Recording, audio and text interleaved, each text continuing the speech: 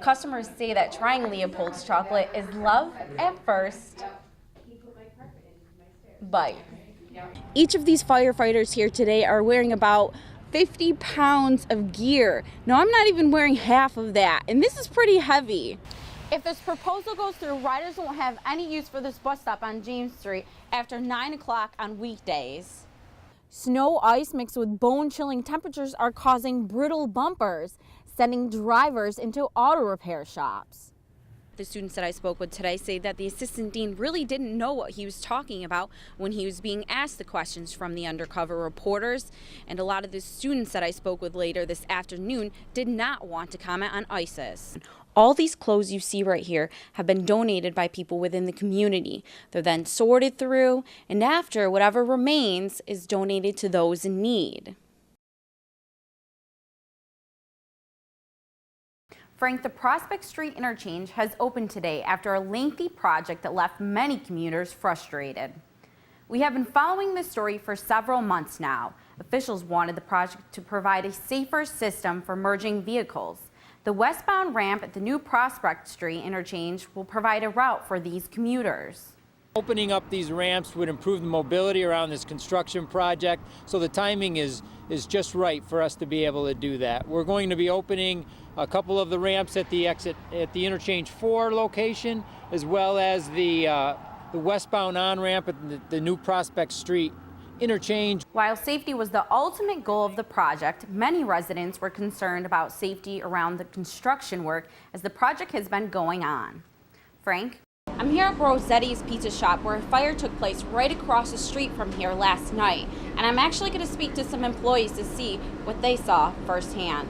Flames started on the 3rd floor, and then we started seeing them on the 2nd floor. They had them put out for quite a while, and then it actually caught back up on fire about an hour later, so they were here most of the night. A moment that became a challenge to not only those that battled the fire, but those that watched it too. I didn't know if it was going to explode or what was going to happen. I didn't know. I mean, the fire department got here pretty quick. Wasn't sure if this one was going to catch on fire along with it. I wasn't sure if anything or anyone was inside. It was a pretty freaky moment. And I basically had to get back to work after that.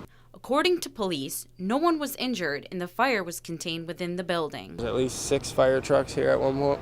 And I want to thank all the fire departments involved and all the police departments involved. They were a big help. After speaking with the employees, they all said they were safe and able to continue working. Back to you, Frank. I'm trying to make sure that people understand that when ISIS calls themselves an Islamic state, that there is nothing Islamic about them. Between politicians and extremists, a negative feeling is being associated to the Islamic world here in America. Just this past Thursday night, a police officer was shot by a man who said he did it in the name of the Islamic State, or ISIS. This, among other events, have led to a negative perception of the Islamic faith. And those within the Muslim community want people to know that their religion is not about that. Everything that they're doing contradicts the very fundamental principles of Islam and what we are taught in the Quran, that the dignity of life has to be preserved. They firmly believe, and I believe, that their religion has been co-opted by a small radical group, and they want to disassociate themselves from it, and I welcome all of those remarks.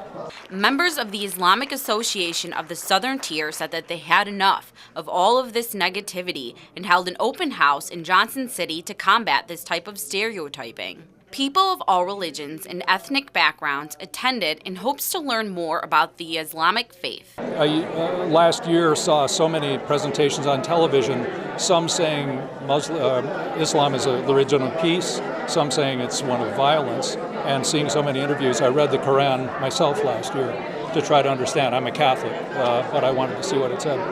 After reading the Quran and attending the open house, Mark, as well as many others, had a better understanding of what the Islamic religion is all about. It does come across as a religion of peace. Murder is absolutely prohibited.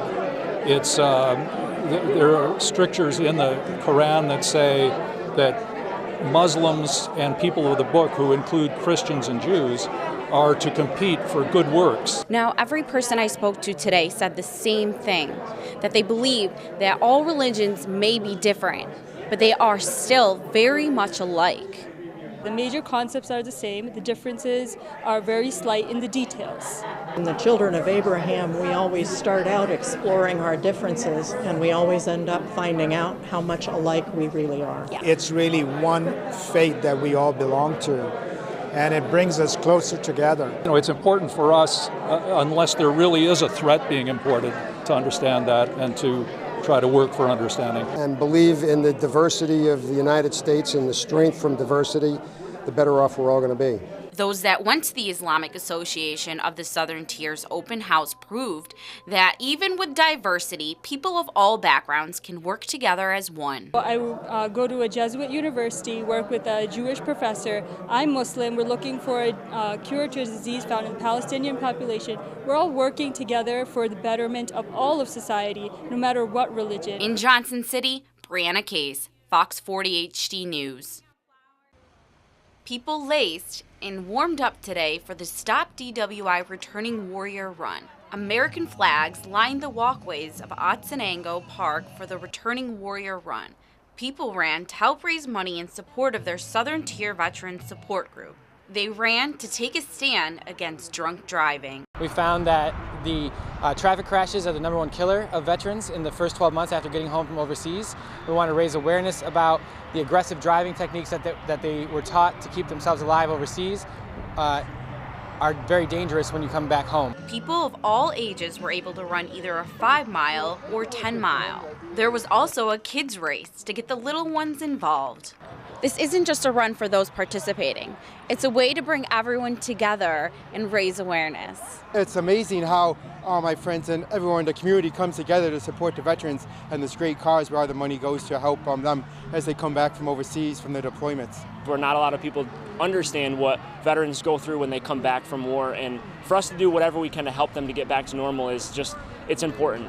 Dog tags were given to finishers as an added way to show appreciation and support to all veterans. Proceeds are used to connect local vets with the services available through the Binghamton Vet Center. At Otsenango Park, Brianna Case, Fox 40 HD News. Barking fills the halls of the Humane Society. It seems almost like these animals are calling out for a new home. And today was the day to make it happen. All pets at all ages were labeled fee-free and ready to be adopted during the Humane Society's Black Friday blowout sale today. We have a huge waiting list of animals right now. We have like 200 cats on a waiting list, 30 to 40 dogs, and what better way to kind of clear out the shelter now. Sounds like a great way to add a new member to the family during the holidays. In the spirit of the holidays and to bring awareness to the homeless animals in our community. We have close to 100 animals here in the shelter now. Some aren't available for adoption as of yet because they're still getting vet care. However, they're all looking for new homes. So what a better time when people have some time off around the holidays to bring a new family member in. As easy as it may seem to get a pet, there's still a process people have to go through to take home one of these fur babies. An adoption application process where we ask people where do they live, do they have a source of income, can they provide the medical care that an animal would need.